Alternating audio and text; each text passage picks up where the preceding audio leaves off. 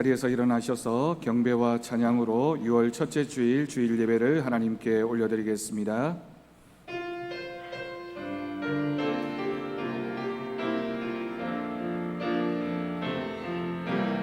완전하신 나의 주, 그의 길로 날 인도하소서. 행하신 모든 일 주님의 영광 다 경배합니다.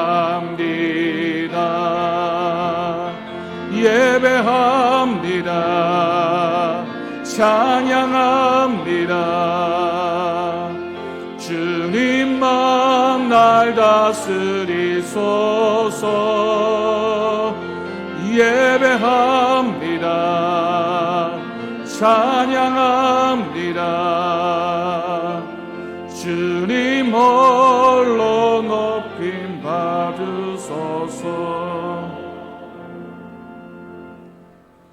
이는 물과 피로 임하신 이신이 곧 예수 그리스도시라.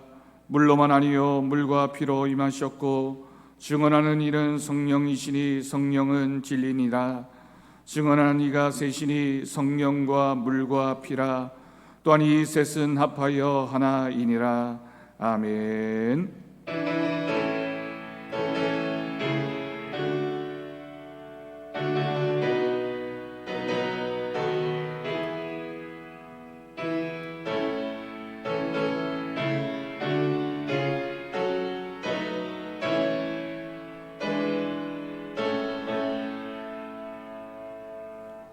이 시간 우리들의 한 주간의 삶의 모습을 돌아보며 우리의 죄와 허물을 고백하는 기도를 드리겠습니다.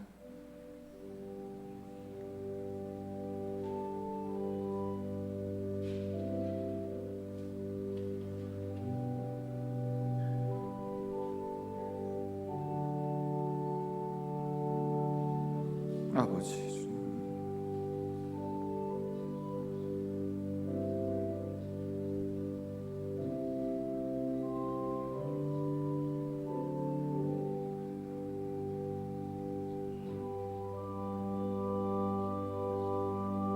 불쌍히 여겨주옵소서.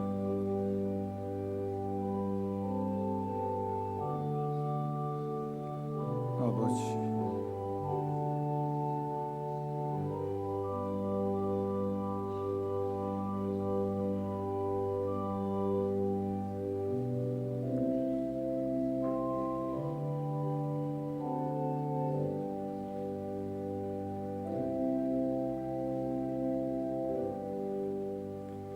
만일 우리가 우리 죄를 자백하면 그는 미쁘시고 의로우사 우리 죄를 사하시며 우리를 모든 불의에서 깨끗하게 하실 것이요. 아멘. 사도신경으로 신앙 고백하시겠습니다. 나는 전능하신 아버지 하나님 천지의 창조주를 믿습니다. 나는 그의 유일하신 아들 우리 주 예수 그리스도를 믿습니다. 그는 성령으로 잉태되어 동정녀 마리아에게서 나시고 본디오 빌라도에게 고난을 받아 십자가에 못 박혀 죽으시고 장사된 지 사흘 만에 죽은 자 가운데서 다시 살아나셨으며 하늘에 오르시어 전능하신 아버지 하나님 우편에 앉아 계시다가 거기로부터 살아있는 자와 죽은 자를 심판하러 오심. 나는 성령을 믿으며 거룩한 공교회와 성도의 교제와 죄를 용서받는 것과 몸의 부활과 영생을 믿습니다. 아멘. 자리에 앉으시기 바랍니다. 찬송가 190장 함께 찬양하겠습니다.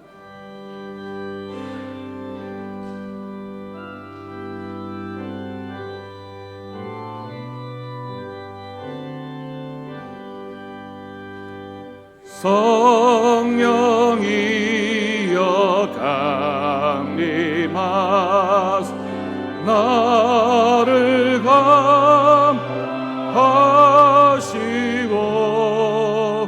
애통하며 회개함 증하게 하시고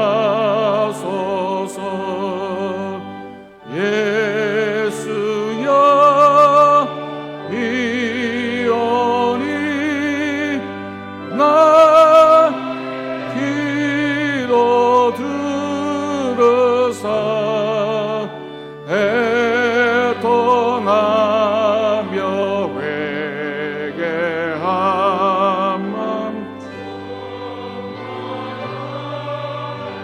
하소서.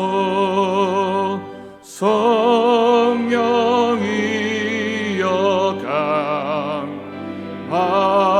강하사 그 방 주소서. 원하옵고 원하온 청하게 하소서. 예수여 애원이 만 기도 들으사 애통하며 회개함 청하게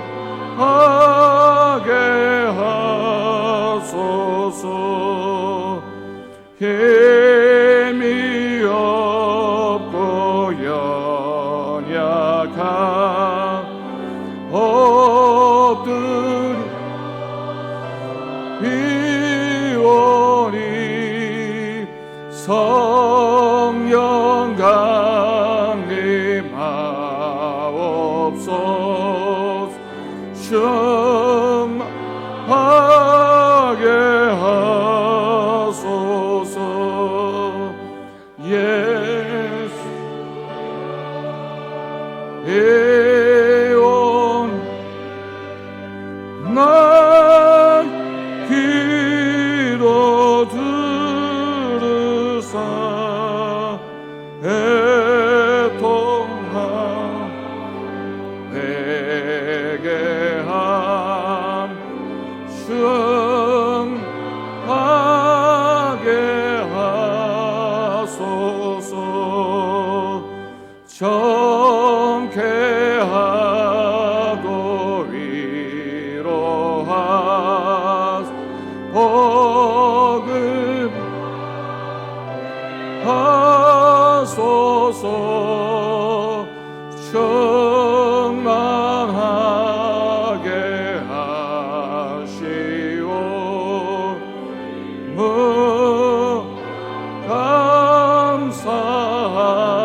감사합니다. 예수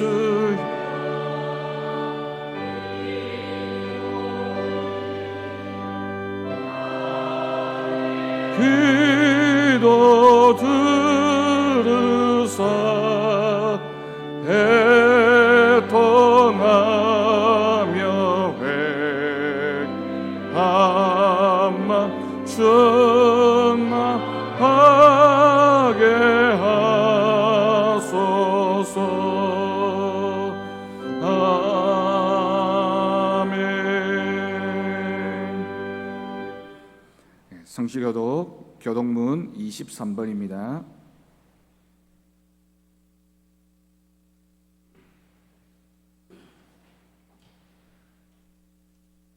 성시교독 교독문 23번 시편 43편 함께 교독하겠습니다.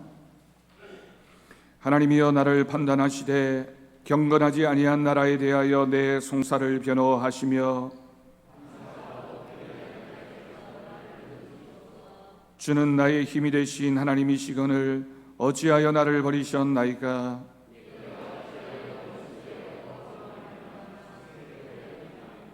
주의 빛과 주의 진리를 보내시어 나를 인도하시고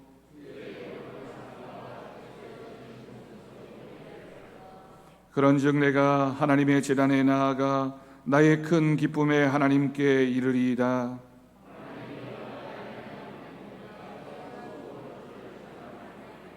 내 영혼아 내가 어찌하여 낙심하며 어찌하여 내 속에서 불안해하는가.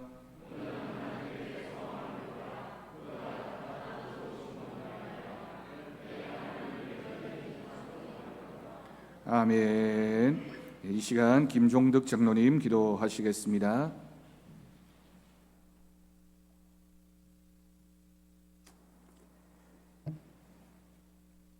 자비로우신 하나님,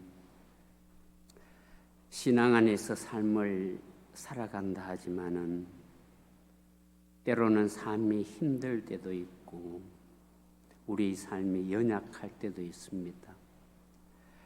그때마다 늘 곁에 계셔서 우리들의 마음을 어루만져 주시고 세미한 음성으로 우리들의 마음을 하나님께서 인도하여 주셔서 힘과 용기를 주심을 주님 앞에 감사드립니다. 하나님, 이 시간 진솔한 마음으로 예배드릴 때에 우리들의 마음이 주님의 말씀으로 채워지게 하시고 주의 나라가 이 공동체 속에 이루어지는 귀한 예배의 시간이 되게 하여 주시옵소서. 항상 주님의 말씀을 묵상하며 신앙인으로서의 삶을 살아야 하는데 세상 분주함 속에서 나의 모습은 가식과 위선의 모습임을 이 시간 주님 앞에 조용히 내려놓습니다. 주님 불쌍히 보시고 긍휼히 여겨 주시옵소서. 내 입술은 항상 사랑을 말하지만 마음속에 자리하고 있는 미워하고 시기하는 마음들을 하나하나 지워가는 성숙한 믿음의 마음도 주시옵소서. 하나님, 보은의 달 6월입니다. 풍요로움을 누리며 살아가는 이 시대의 현실을 바라보면서 이 나라를 지키고자 목숨 바쳐 산한 그분들에 대한 고맙고 미안한 마음을 간직하면서 소외된 작은 이웃을 돌아보는 6월의 교회 공동체가 되게 하여 주시옵소서. 하나님, 세계가 아직도 코로나 바이러스로 인해 안정을 찾지 못하고 어수선합니다. 우리가 피부로 느끼지만 지금 온 세상이 성적으로 너무 문란하고 타락한 것 같습니다. 의인 10명이 없어 재앙을 받은 소돔 고모라의 도시가 되지 않도록 기도하는 의인의 삶을 살아가게 하시고 코로나19 재앙이 어서 속히 종식되어 귀한 생명들의 죽음의 공포에서 벗어날 수 있도록 인도하여 주시옵소서. 하나님, 이 교회가 50주년을 맞이하면서 미래의 이 교회가 질적으로 양적으로 더욱더 성장하기 위해 기도하며 준비하는 모든 일들이 형통함으로 채워주시고 미래 세대를 생각하며 오늘 이 교회 안에 한 그루 한 그루의 나무를 심어가는 성김의 50주년이 되게 하여 주시옵소서. 이제 말씀으로 양육하신 목사님의 가정에 평안함으로 채워주시고 영육간에 강건함으로 지켜주시옵소서. 말씀이 선포될 때에 잔잔한 감동으로 채워지는 은혜의 말씀이 선포되게 하여 주시옵소서. 하나님, 사랑하는 교인 가운데 육신의 아픔으로 인해 어려움에 있는 교인도 있습니다. 두려울 때마다 그 마음에 평안을 주시고 치료의 강선으로 깨끗이 나음받는 은혜도 허락하여 주시옵소서. 우리들이 힘들고 어려울 때 피난처 되시는 예수 그리스도의 이름으로 기도드립니다. 아멘.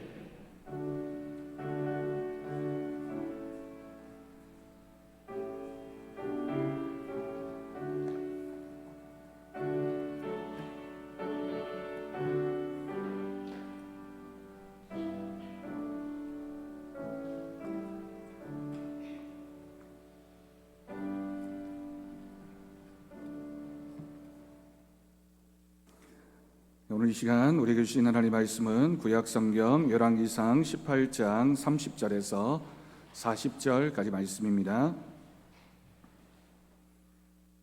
구약성경 548쪽이 되겠습니다. 열왕기상 18장 30절에서 40절까지 말씀, 이 시간 우리 주신 하나님 말씀으로 믿고 제가 봉독하겠습니다. 엘리야가 모든 백성을 향하여 이르되 내게로 가까이 오라. 백성이 다 그에게 가까이 가매 그가 무너진 여호와의 제단을 수축하되 야곱의 아들들의 지파의 수요를 따라 엘리야가 돌 12개를 취하니 이 야곱은 옛적에 여호와의 말씀이 임하여 이르시기를 내 이름을 이스라엘이라 하리라 하신 자더라. 그가 여호와의 이름을 의지하여 그 돌로 제단을 쌓고 제단을 돌아가며 곡식 종자 2세 알을 둘 만한 도랑을 만들고 또 나무를 버리고 송아지의 각을 떠서 나무 위에 놓고 이르되 통넷에 물을 채우다가 번제물과 나무 위에 부으라 하고 또 이르되 다시 그리하라 하여 다시 그리하니 또 이르되 세 번째로 그리하라 하여 세 번째로 그리하니 물이 제단으로 두루 흐르고 도랑에도 물이 가득 찼더라.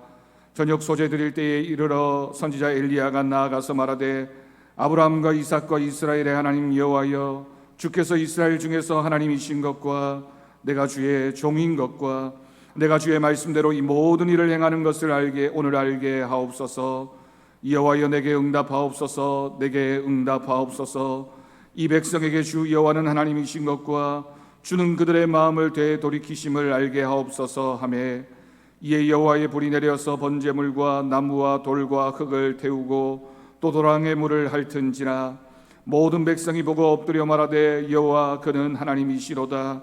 여호와 그는 하나님이시로다 하니 엘리야가 그들에게 이르되 바알의 선지자를 잡되 그들 중 하나도 도망하지 못하게 하라 하매 곧 잡은지라. 엘리야가 그들을 기손 시내로 내려다가 거기서 죽이니라. 아멘. 이 시간 송은성 성도 하나님 앞에 찬양 올려드리겠습니다.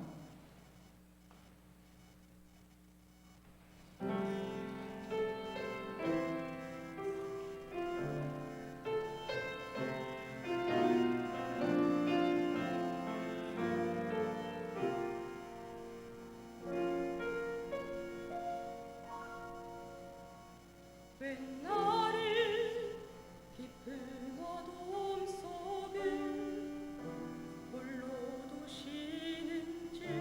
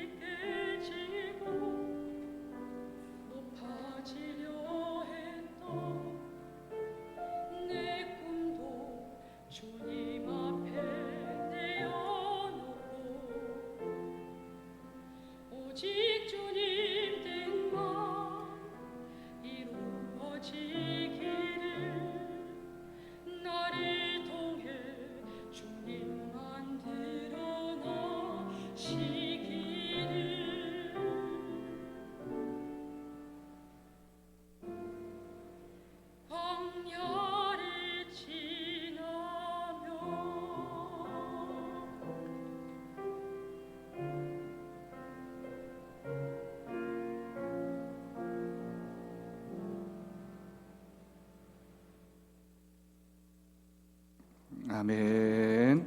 네, 은혜로운 찬양 하나님께서 기뻐 받으실 줄로 믿습니다. 할렐루야. 여러분 한 주간 어떻게 잘 지내셨습니까? 우리는 주님밖에 없습니다. 우리가 살아가는 인생이 광야 길과 같은 곳이지만 주님 손 붙잡고 그 길을 걸어갈 때 그곳이 주님이 함께 하시는 은혜의 장소, 또한 주님을 만나는 말씀의 장소가 될 줄로 믿습니다. 오늘도 하나님 말씀이 주시는 은혜가 우리의 심령 가운데 넘쳐나는 귀한 예배와 귀한 말씀 되어지기를 주님의 이름으로 축복합니다. 여러분, 지난 주일 우리는 성령 강림 주일을 지났습니다. 성령 충만한 우리의 믿음, 성령님이 우리 안에 내주하시는 우리의 모습을 돌아보며 우리가 더 깊은 성령님과의 관계 안으로 또 믿음으로 살아가는 저와 여러분이 되어지기를 바랍니다. 여러분, 우리가 읽는 성경 말씀에는 성령님에 대한 다양한 표현과 설명들이 기록되어져 있습니다. 가장 대표적인 표현으로는 성령님을 가리켜서 불이라고 표현하기도 하고 바람이라고 표현하기도 하고 또 비둘기와 같은 성령님이라고 표현하고 있습니다. 이 말들은 각자 성령님이 어떤 분이신지를 우리에게 상징적으로 잘 표현해 주고 있는 말씀입니다. 우리가 오늘 이 말씀을 통해서 성령 충만함으로 성령의 임재 가운데 우리의 지금까지 미지근했던 그 영혼들이 불과 같은 성령님으로 뜨거워지는 우리들의 믿음이 되어지기를 바랍니다. 또한 바람과 같은 성령님을 통해 변화가 있는 믿음, 변화가 있는 우리의 삶이 되었으면 좋겠습니다. 또한 여러 가지로 불안하고 두려운 세상 가운데 성령님을 통해서 세상이 줄 수 없는 평강, 세상이 줄 수 없는 평안을 누리며 살아가는 저와 여러분의 믿음이 되어지기를 간절히 바랍니다. 여러분, 그렇다면 우리는 어떻게 성령님을 체험할 수 있습니까? 오늘 말씀이 성령님을 체험할 수 있는 세 가지 방법을 우리에게 가르쳐 줍니다. 여러분, 오늘 이 말씀을 우리가 함께 묵상하고 고백하면서 성령님이 우리의 심령 가운데 임재하실 수 있도록 이 세 가지를 기억하고 이 세 가지의 믿음으로 성령 충만함을 누리는 우리 모두가 되어지기를 바랍니다. 주전 870년경 이스라엘의 아합 왕이라고 하는 왕이 있었습니다. 그 당시는 이스라엘이 두 나라로 갈라져 있었습니다. 북쪽에 있었던 이스라엘이라고 하는 나라를 북이스라엘이라고 우리가 일반적으로 부르고요, 남쪽에 있었던 유다라고 하는 나라를 남유다라고 부르게 됩니다. 아합 왕은 북이스라엘의 왕이었습니다. 북이스라엘 인근에는 시돈이라고 하는 나라가 있었는데 이 나라가 굉장히 경제적으로 또한 군사적으로 강한 나라였기 때문에 자꾸만 북이스라엘을 괴롭히는 일이 벌어졌습니다. 그런데 아합 왕이 그 나라의 공주였던 이세벨과 결혼을 하게 됩니다. 여러분, 북이스라엘에 있어서 가장 전성기를 꼽으라고 한다면 오늘 우리가 읽은 이 아합 왕 시대입니다. 아합 왕은 북이스라엘의 위대한 왕이었습니다. 정치적으로, 경제적으로, 군사적으로, 특별히 외교적으로 굉장히 뛰어난 업적을 많이 쌓았던 인물이 아합이라고 하는 왕이었습니다. 탁월한 정치력이 있었고 외교적 수완이 있었던 왕이 아합입니다.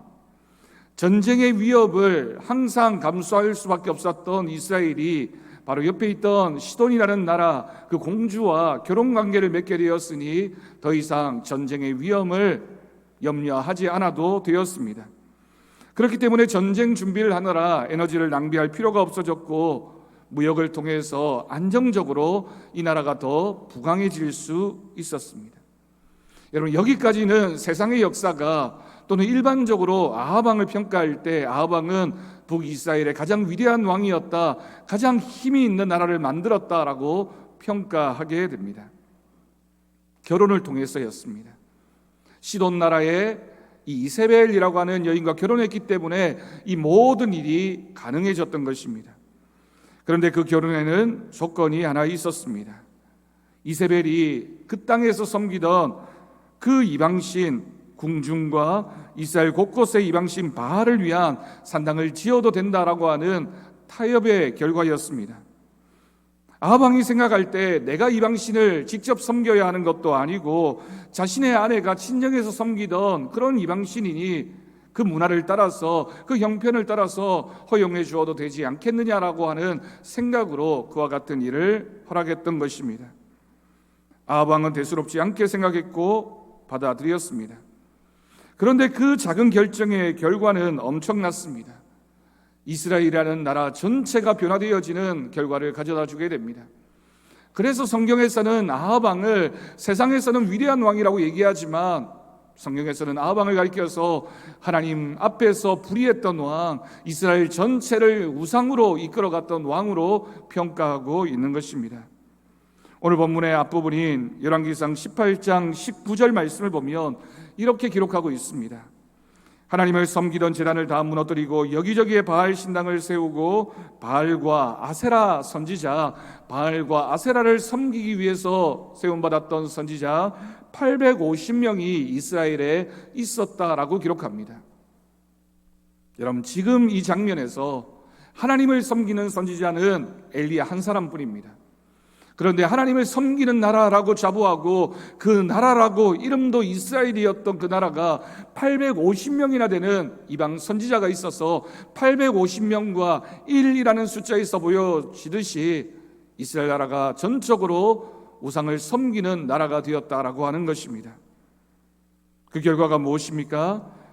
18장 21절 말씀을 보면 마침내 백성들은 하나님이 하나님인지 바알이 하나님인지 몰라서 둘 사이에서 머뭇거리게 되었습니다.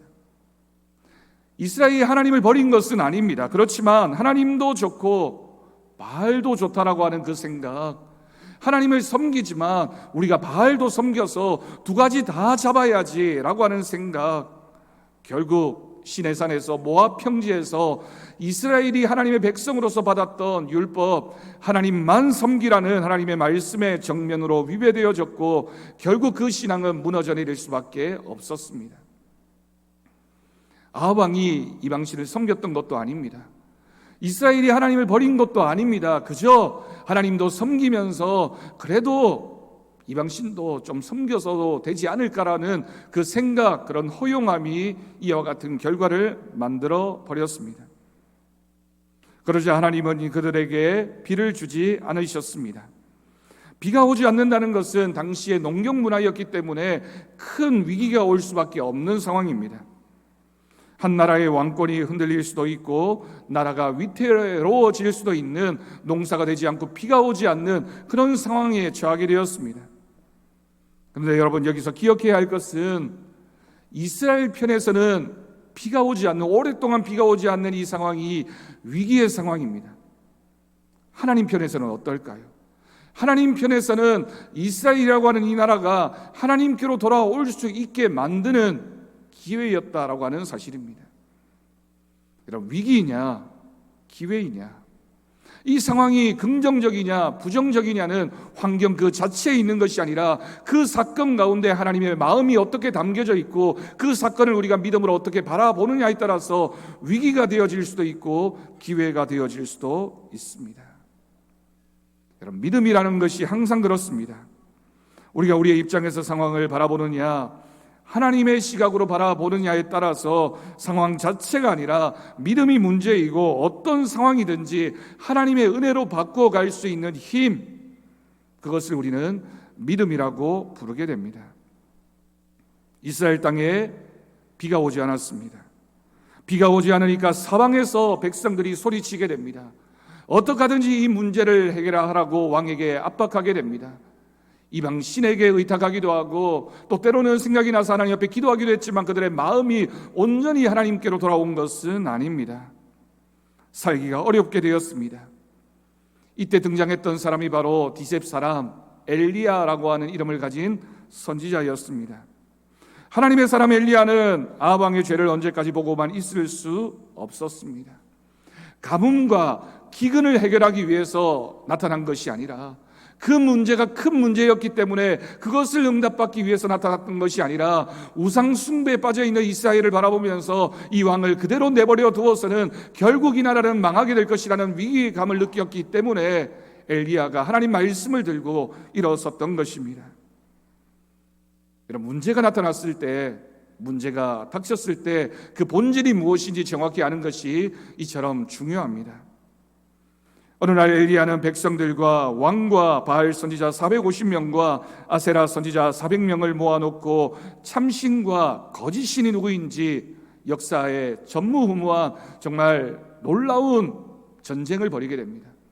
말 그대로 영적인 전쟁이었습니다. 누가 진짜 하나님이냐, 누가 살아계신 하나님이냐를 이 자리에서, 그 갈멜산에서 두 세력이 맞닥뜨리고 있는 장면입니다. 그러나 어떻게 하나님과 바알신, 참신과 거짓신이 누구인지를 판단하는 대결을 벌이게 됩니까? 여러분, 우리는 이 장면을 읽으면서 참 신난다, 참 재밌다, 은혜롭다, 하나님은 그런 분이야 라고 생각하지만, 여러분, 이와 같은 대결에서 승리할 수 있었던 이유에 대해서는 기억하지 못할 때가 있습니다. 여러분, 오늘 이 말씀 가운데 세 가지를 꼭 기억할 수 있기를 바랍니다. 정말 하나님을 믿는 믿음, 하나님을 믿는 신앙은 어떠해야 하는지, 무엇이 가장 우선이어야 하는지 세 가지를 꼭 기억할 수 있기를 바랍니다. 첫 번째는 가장 먼저 제단을 쌓았습니다. 엘리야는 하나님께 단을 쌓았습니다. 열왕기상 18장 전체를 보면 바알 선지자들이 송아지 한 마리를 제물로 잡아놓고 그들의 신의 이름을 부르게 됩니다. 우리를 이기게 해달라고. 저 하나님을 섬기는 엘리야 앞에서 당신이 바알이라고 하는 신이, 아세라라고 하는 신이 얼마나 크고 강한 신인지를 보여달라고 기도하기 시작했습니다.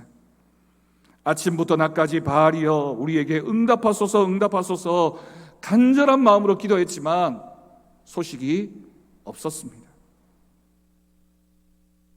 18장 26절 말씀을 보면 바알 선지자들이 단 주위에서 뛰어놀았다, 뛰놀듯 했다라고 기록하고 있습니다.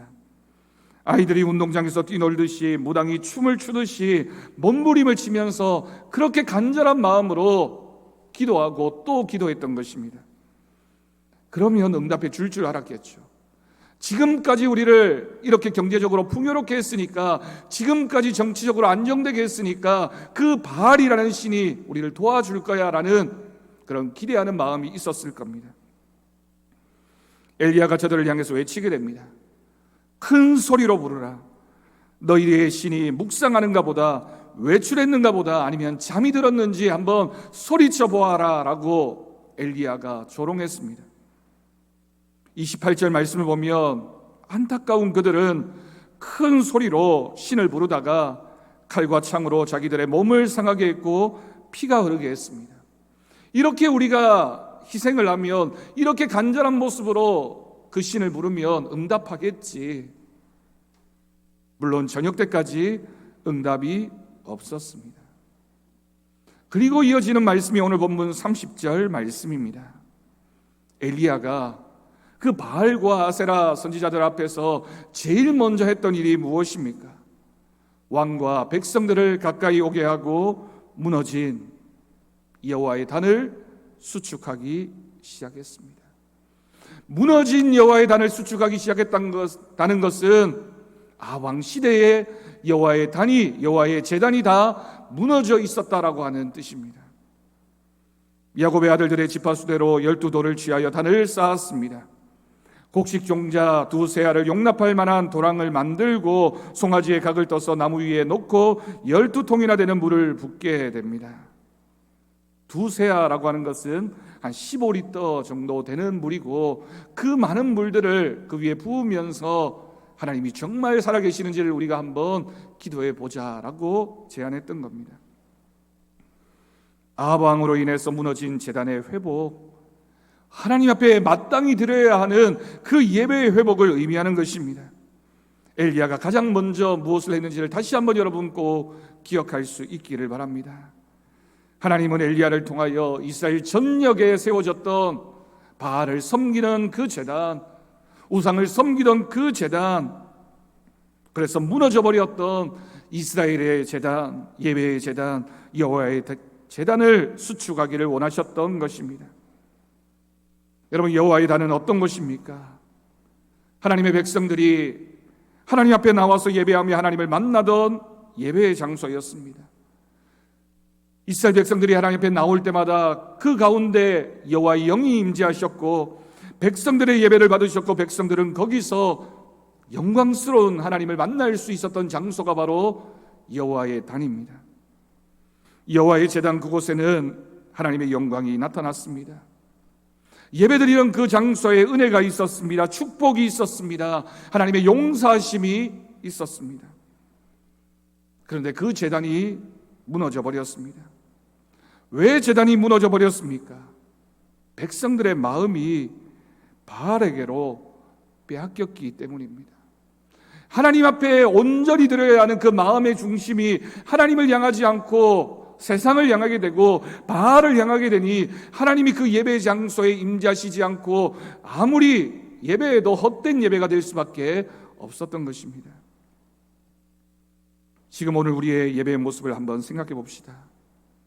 오늘을 살고 있는 우리들도 바알에게 마음을 빼앗겨버리면, 세상의 마음을 빼앗겨버리면 하나님을 예배하지 않고 바알을 숭배할 수밖에 없습니다. 나는 바알을 섬기지 않는데, 나는 우상 숭배하지 않는데, 나는 그래도 주일이면 예배드리러 나오는데, 그 얘기가 아닙니다. 여러분, 바알은 세상적이고 물질적인 복을 주는 신입니다. 쾌락을 주는 신이고 만족을 주는 신이고 무엇이든지 형통케 만들어주는 그런 신입니다.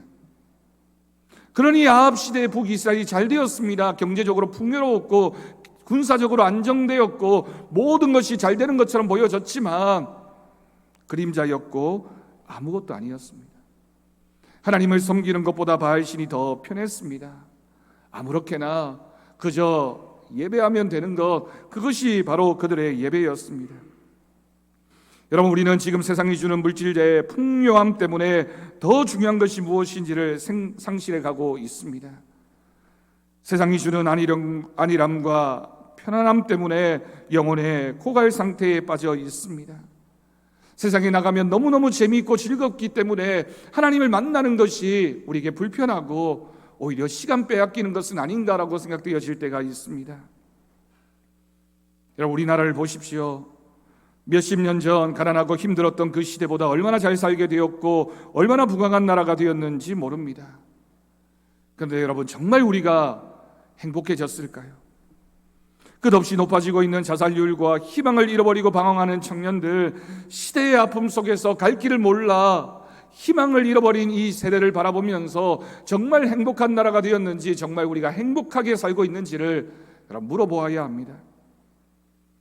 엘리야가 바알과의 대결에서 가장 먼저 한 일이 바로 무너진 제단을 수축하는 것, 그 예배를 회복하는 것.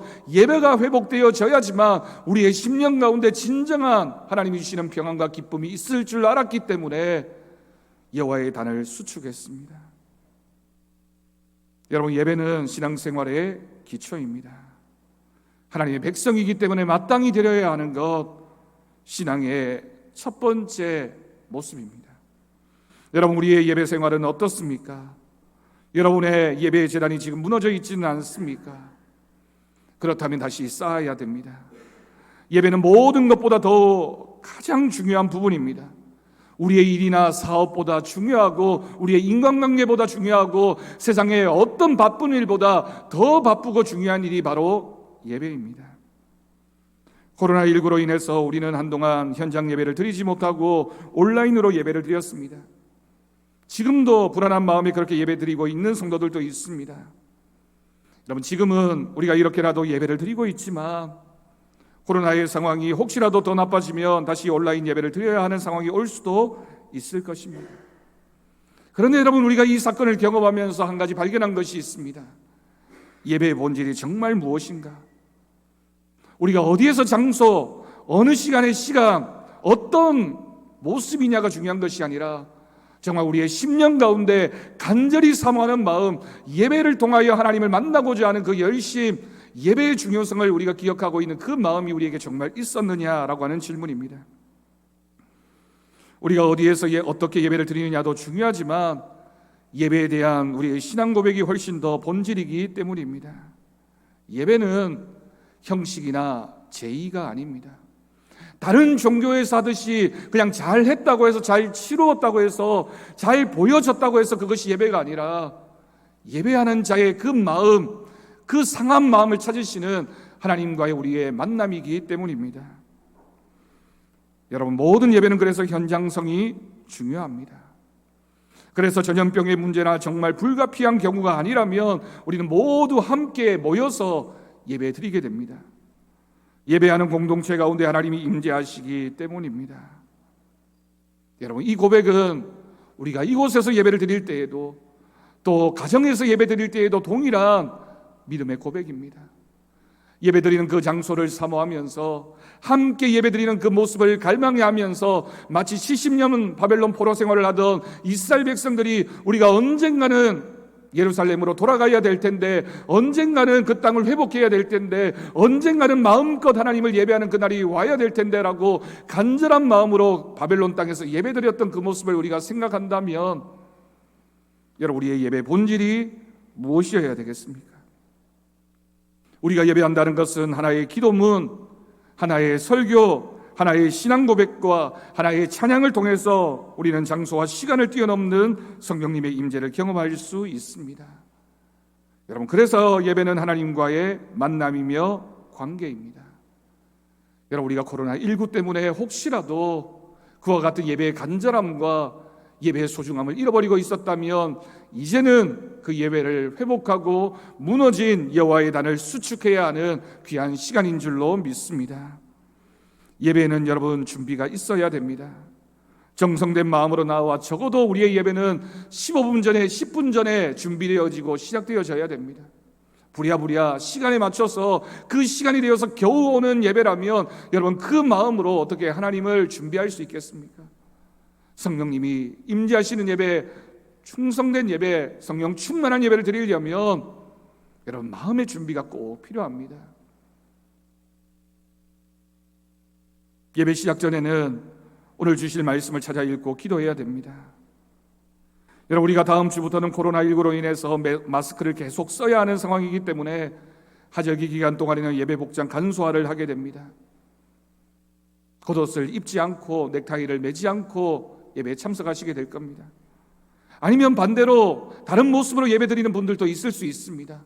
각자의 신앙이고 각자 개인의 모습이지만 여러분 우리의 마음속에는 예배를 준비하는 마음, 우리가 어떤 준비를 해야 되는지, 우리가 거울 앞에 서서 우리의 화장도 보고 우리의 머리 스타일도 보고 우리의 옷 매무새도 보아야 되겠지만 그 거울에 비춰져 있는 마음 가운데 정말 준비하는 마음, 예배를 기다리는 그 마음이 있는지를 살펴볼 수 있기를 간절히 바랍니다. 여러분, 예배 시간에는 예배에 집중해야 됩니다. 찬송하고 기도할 때 마음을 다해 드려야 합니다. 몸이 이곳에 있는 것처럼 우리의 마음도 여기에 있어야 됩니다.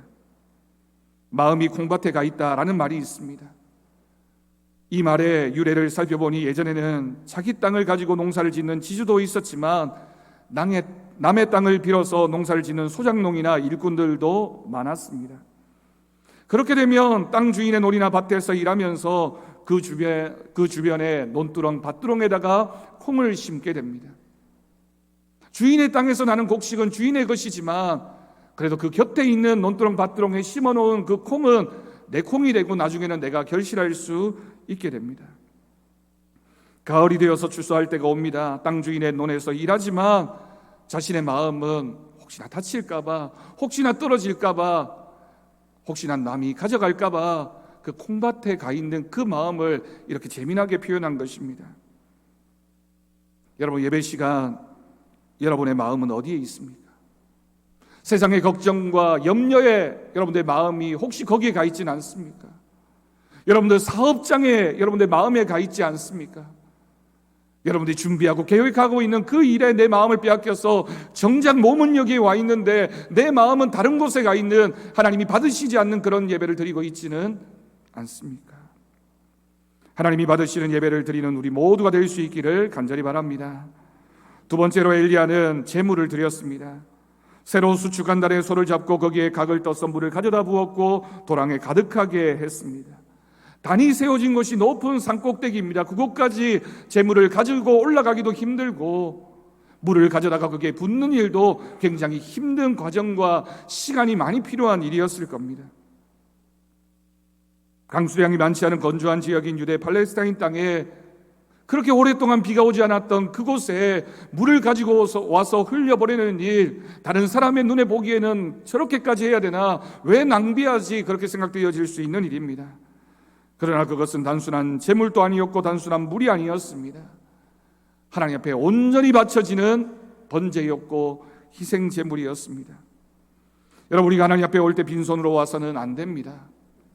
가장 귀한 것을 드릴 수 있어야 됩니다. 헌금을 드리는 것도 물론이지만 여러분, 그것이 무엇이냐라고 하는 것이 본질인데, 우리의 마음과 정성, 우리가 정말 하나님을 사모하는 그 마음, 하나님의 은혜에 감사하는 그 마음을 여러분 드려야 됩니다.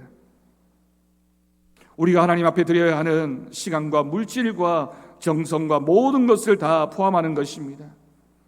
많이 드리는 것이 칭찬받는 일이 아닙니다. 우리 예수님께서 부자가 드렸던 많은 것은 칭찬하지 않으셨고, 과부의 2렙돈을 칭찬하신 것을 여러분 꼭 기억하십시오. 우리가 드리는 것 가운데 우리의 삶의 전부가 있다면, 우리의 마음의 형편과 우리의 사랑하는 마음, 감사하는 마음이 담겨져 있다면 하나님은 그것을 받으시고 하나님의 은혜로 채워주실 것입니다. 여러분, 하나님께 내 마음을 쏟아드린 헌물이 몇 번이었습니까? 친구와 식사 함께 할 때보다 더 사랑하는 마음이 없을 때가 있진 않았습니까? 지나가는 거린에게 한 푼 주는 것처럼 너무나 부담 없이 그렇게 하나님을 대하는 것은 아니었는지 고민해 보아야 합니다. 하나님 앞에 드리는 것, 그것이 무엇인지에 대한 예수님의 정확한 정의가 있습니다. 마태복음 6장 21절 말씀을 보면 보물이 있는 곳에 마음이 있기 때문입니다. 여러분, 우리가 하나님 앞에 얼마를 드렸느냐, 무엇을 드렸느냐가 중요한 것이 아니라 우리가 하나님 앞에 마음을 드렸으면, 우리의 삶을 드렸으면 그것이 보물이라고 하나님 말씀하십니다. 그래서 바로 앞 구절이 마태복음 6장 19절 20절 말씀을 보면 정말 보물이 무엇인가, 우리가 세상에 이 땅에 쌓아두는 보물이 아니라 하나님 앞에 드리는 그 보물은 천국에 쌓여지게 될 것이라고 하나님 말씀하셨습니다. 엘리야가 드렸던 그 송아지 번제물이었습니다. 전부를 드리는 겁니다.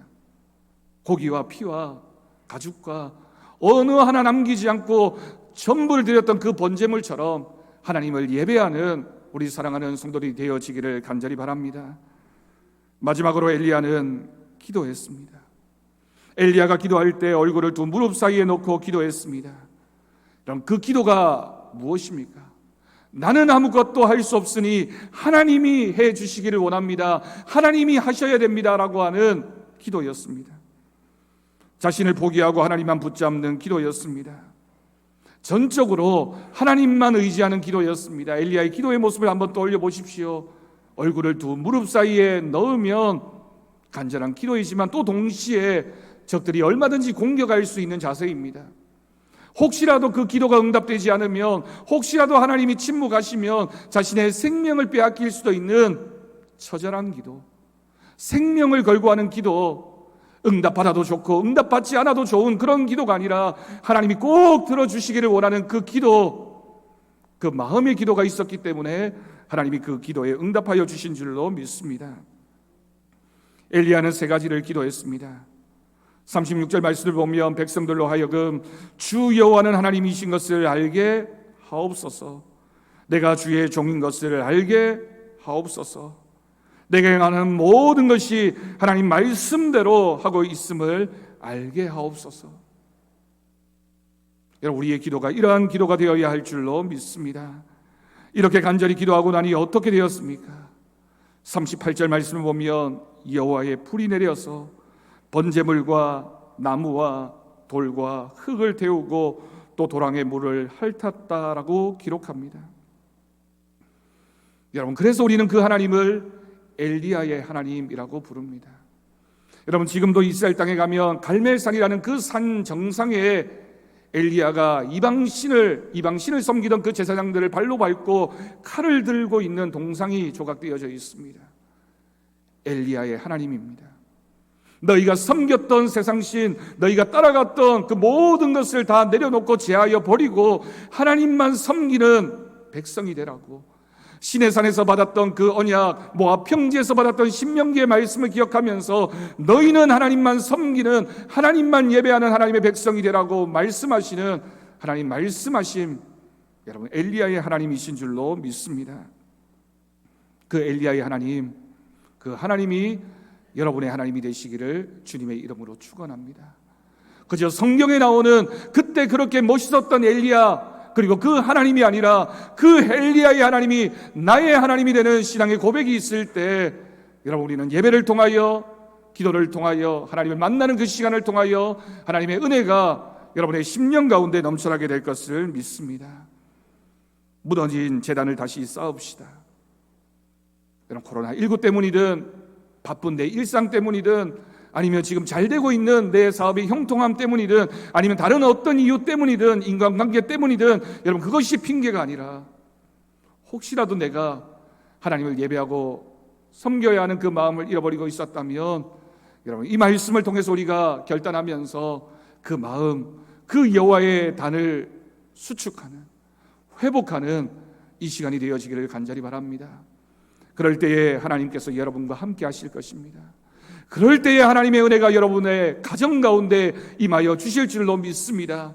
예배가 회복되어지고 예배가 바로 세워질 때 우리들의 사업과 우리가 하는 모든 일들 가운데 하나님의 은혜가 충만하게 넘쳐나게 될 것을 믿습니다.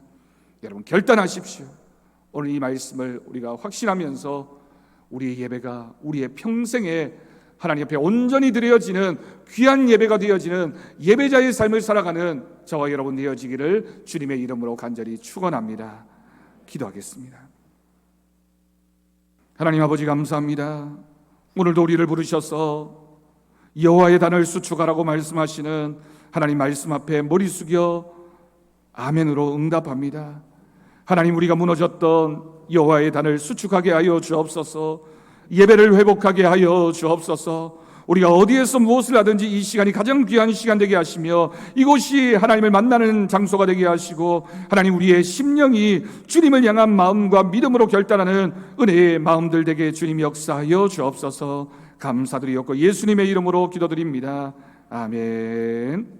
우리 찬송가 192장 부르면서 봉헌하도록 하겠습니다.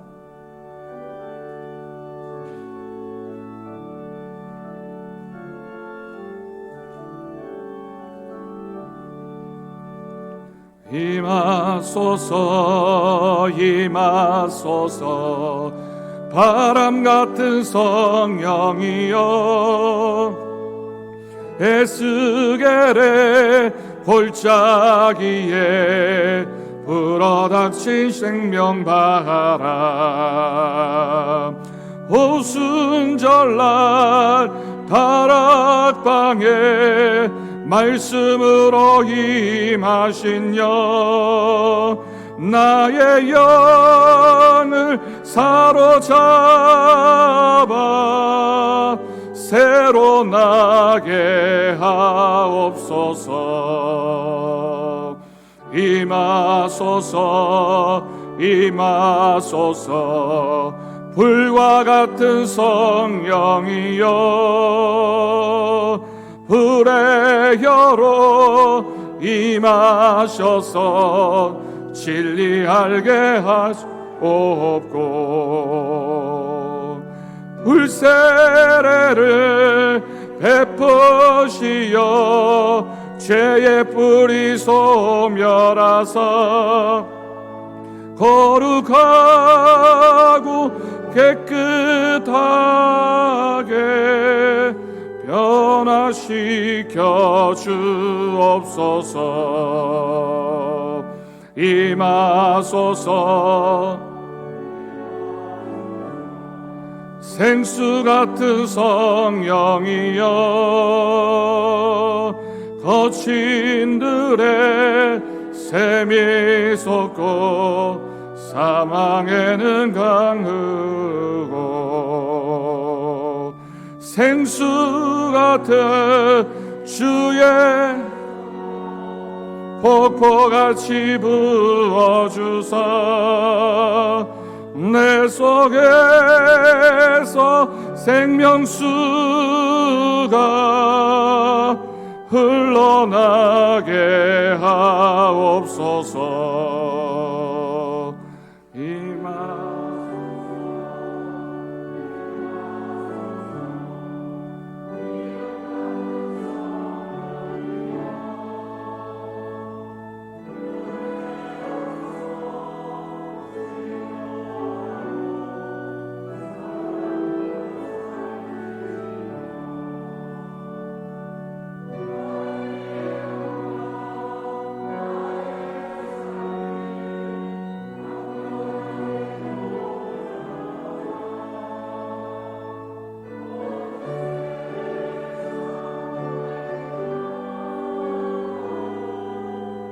들림받게 하옵소서. 아멘. 기도하겠습니다.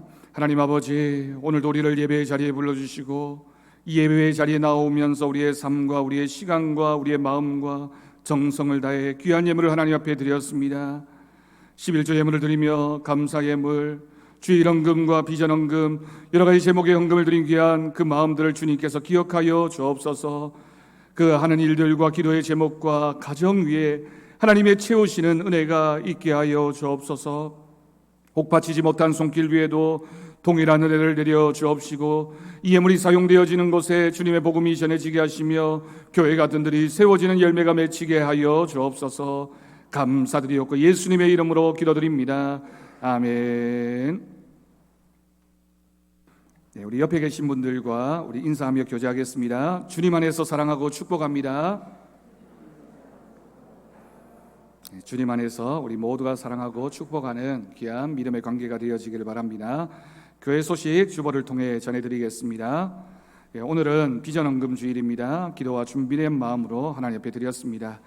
오늘 2부 예배 후에는 본당에서 바로 이어서 재직회에 모이도록 하겠습니다. 예배 안내 3번을 보시면 이번에 교회 학교 예배가 21일 셋째 주일부터 재개되어집니다. 교회 우리 당회에서 또 여러 의견들을 수렴해서 신중하게 결정을 했습니다. 우리 교회 학교도 기도로 잘 준비해 주시고 또 방역 수칙을 지켜서 안전하게 예배드릴 수 있도록 협조해 주실 것을 부탁드립니다. 세례 입교 신청을 받고 있습니다. 14일 다음 주일까지 사무실로 신청해 주시고요. 교육 일정, 문답 일정, 세례 입교식도 참고하시기 바랍니다. 알림 광고입니다. 우리 복장 간소와 마스크 착용으로 인해서 다음 주일부터 하절기 기간 동안 실시하게 됩니다. 여러분들 각자 선택하시면 됩니다. 타이 매지 않고 그렇게 오셔도 되고요. 또 편한 복장으로 오셔도 됩니다. 그렇지만 준비된 마음만큼은 꼭 잊지 않고 예배에 참여하실 수 있기를 바랍니다. 비전관 1층 공사를 진행하고 있습니다. 지역사회와 함께하는 공간, 교제와 나눔이 있는 공간, 젊은 세대를 위한 공간, 책이 있는 문화의 공간으로 디자인하며 준비하고 있습니다. 아마 큰 공사 일정은 이번 한 주간이면 이제 다 마무리되어지고 한 주간 지나고 나서 우리가 입당 축하 행사를 준비하고 있습니다. 이런 좋은 이름도 좀 추천해 주시고 봉사자도 필요하니까 우리 교역자들에게 알려주시면 감사하겠습니다. 3번 광고를 보시면 항존직 피택 안내입니다. 우리 교회 당회에서 가을 노예시에 청원해서 내년 봄에 우리가 임직식을 진행할 계획을 가지고 있습니다. 기도로서 여러분 준비해 주시고 우리 교회 귀한 일꾼들이 세워질 수 있도록 함께 준비할 수 있기를 바랍니다. 교우 소식 보시면 우리 박명선 집사님 계명대 동산병원에 입원하셨습니다. 기도해 주시고 치료의 과정이 순탄하게 진행되어질 수 있도록 건강한 모습으로 회복되어질 수 있도록 좀 기도하는 거 잊지 말아 주시길 바랍니다. 우리 고 소재성 원사님, 진보근 원사님 모친되시는데요. 5일 금요일 별세하셔서 장례를 마쳤습니다. 위로해 주시고 일부 예배 때 예배가 참석해서 제가 기도해 드렸습니다. 위로함이 그 가정 가운데 있기를 바랍니다. 결혼 소식입니다. 우리 성민지 성도 성낙홍 집사님, 정경희 집사님 장녀가 되는데요. 우리 결혼할 신랑 신부가 인사차 예배 참석했습니다. 앞으로 잠깐 나와서 인사할까요? 앞으로 나와 주십시오. 오는 토요일입니다. 오전 11시 호텔 아리아나 홀에서 예식을 진행하게 됩니다. 교회 출발은 오전 10시인데요. 기억하시고 축복하셔서 이 가정이 하나님 기뻐하시는 가정 되어질 수 있도록 해주시기를 바랍니다. 전사님 사진 한 장 찍어주세요. 네. 우리 전사님이 온 지 얼마 안 돼가지고 제가 기도하도록 하겠습니다. 기도하겠습니다. 하나님 아버지 감사합니다. 우리 사랑하는 신랑과 신부가 이제 결혼을 준비하고 또 결혼식을 앞두고 있으면서 그 마음 중심에 하나님을 예배하고 하나님이 만들어 가시는 가정이 되기 위하여 결단하며 이 자리에 함께 했습니다. 우리 성도들의 기도와 그 가정 식구들 또 부모님들 친척들의 그 모든 기도함에 응답하셔서 이 가정 새로 만들어지는 가정이 필요한 것들 기도하는 기도의 제목들 화목한 가정 되게 하시며 하나님이 채우시는 은혜가 있게 하여 주옵소서. 언제나 주님의 은혜로만 가득한 귀한 가정 되어지기를 간절히 원하옵고 우리 주 예수님의 이름으로 기도드립니다. 아멘. 우리 박수로 축복하며 격려하겠습니다. 네, 들어가시면 되겠습니다.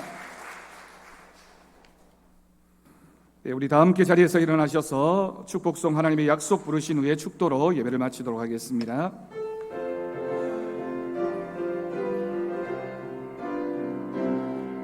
여호와는 너에게 복을 주시기를 원하며 너를 지키시기를 원하시며 여호와는 그 얼굴을 너를 향하여 드사 은혜와 평강 주시기 원하노라. 여호와는 너에게 복을 주시기를 원하며 너를 지키시기를 원하시며 여호와는 그 얼굴을 너를 향하여 드사 은혜와 평강 주시기 원하노라. 아멘. 너를 보배롭고 존귀하게 여기시는 하나님이 내 삶 속에서 이 약속을 신실하게 이루시리. 땅에 기름진 것으로 하늘에 신령한 것으로 너를 복주시고 지키실 하나님이 너의 영혼 잘 되도록 은혜 베푸시며 평강으로 인도하시리. 땅에 기름진 것으로 하늘에 신령한 것으로 너를 복주시고 지키실 하나님이 너의 영혼 잘 되도록 은혜 베푸시며 평강으로 인도하시리.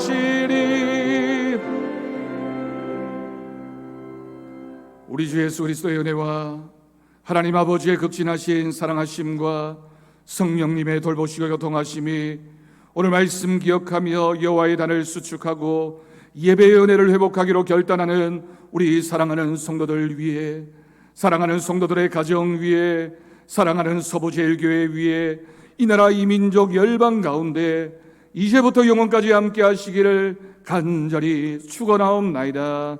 아멘.